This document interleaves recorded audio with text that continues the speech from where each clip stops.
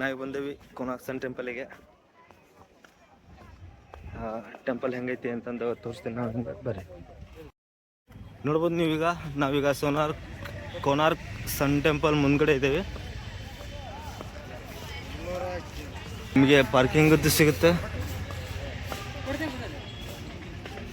Plus ನಿಮ್ಗೆ hotel ಸಿಗತೈತಿ, plus ಇದ್ರ ಬಾಜುನೇ ನಿಮಗೆ ಗಾರ್ಡನ್ ಕೂಡ ಇದೆ.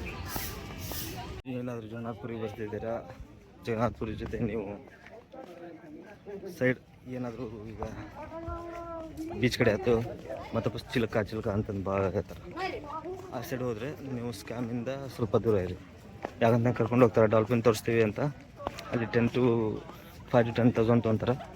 ಬಟ್ ಅಲ್ಲಿ ಆಗುತ್ತಿರೋದೆಲ್ಲ ಸ್ಕ್ಯಾಮ್. ಪ್ಲೀಸ್ ಹಾಗಾಗಿ ಸ್ಕ್ಯಾಮಿಂದ ದೂರ ಇರಿ. ದುಡ್ಡಿದ್ರೆ ಏನೂ ಫರ್ಕ್ ಬೀಳಲ್ಲ, ಬಟ್ ದುಡ್ಡಿಲ್ಲ ಅಂತ ಇಟ್ಕೊಳ್ಳಿ, ಅಲ್ಲಿ ಭಾಳ ಪ್ರಾಬ್ಲಮ್ ಆಗುತ್ತೆ. ಹಾಗಾಗಿ ನೋಡ್ಬೋದು ನೀವು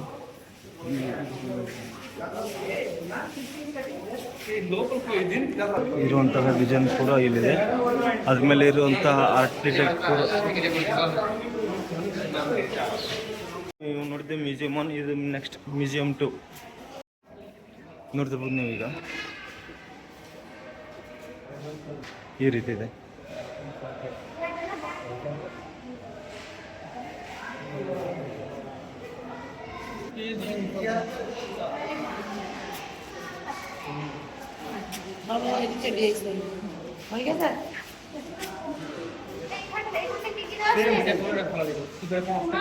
ನಿಮಗೆ ಹತ್ತಿರ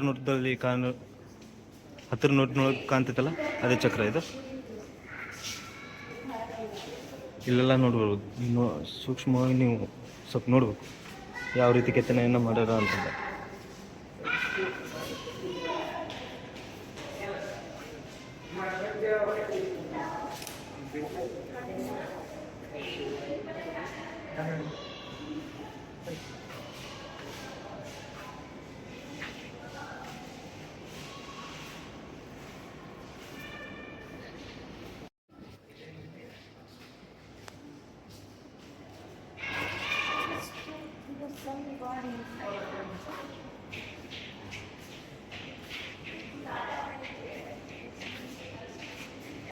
ಅರ್ಥ ಹೆಂಗೈತಿಪ್ಪ ಅಂತಂದರೆ ನಿಮ್ಗೆ ಆಗಿನ ಕಾಲದಾಗ ನೋಡೋಕ್ಕಾಗಲ್ಲ, ಬಟ್ ಈಗ ನೋಡ್ಬೋದು ನೀವು.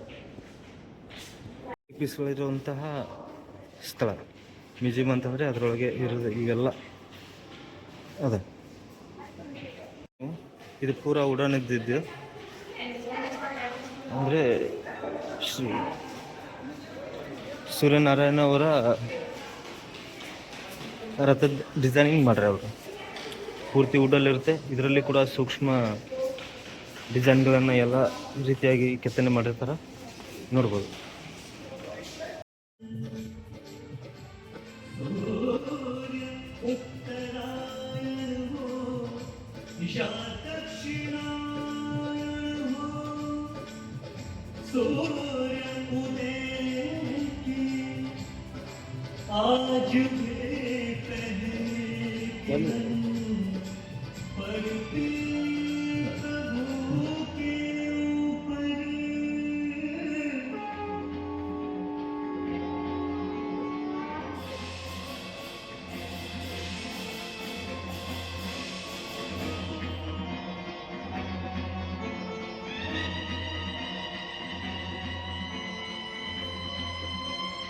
तभी वहां नरसिंह देव भी आ पहुंचते हैं।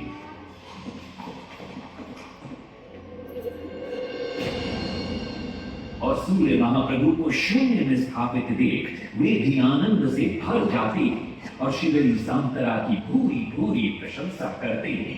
वो ये भी घोषणा करते हैं कि माघ शुक्ल पक्ष की सप्तमी को मंदिर की प्राण प्रतिष्ठा की जाएगी। लेकिन शिवरी सांतरा कहते, राजन तिथि तो अच्छी है, लेकिन मंदिर की प्राण प्रतिष्ठा के लिए ये शुभ नहीं है। किंतु राजा अपनी बात पर अड़ जाते। श्री सांतरा को दुख होता है और कोई वाद विवाद किए बिना वे हमेशा के लिए वहां से चले जाते।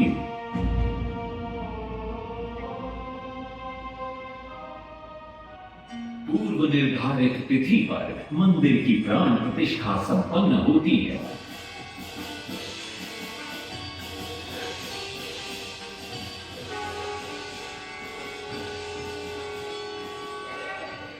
लेकिन कुछ दिनों बाद अमंगल होना शुरू हो जाता है। सबसे पहले विराट सिंह की मूर्ति नीचे आ गिरती है।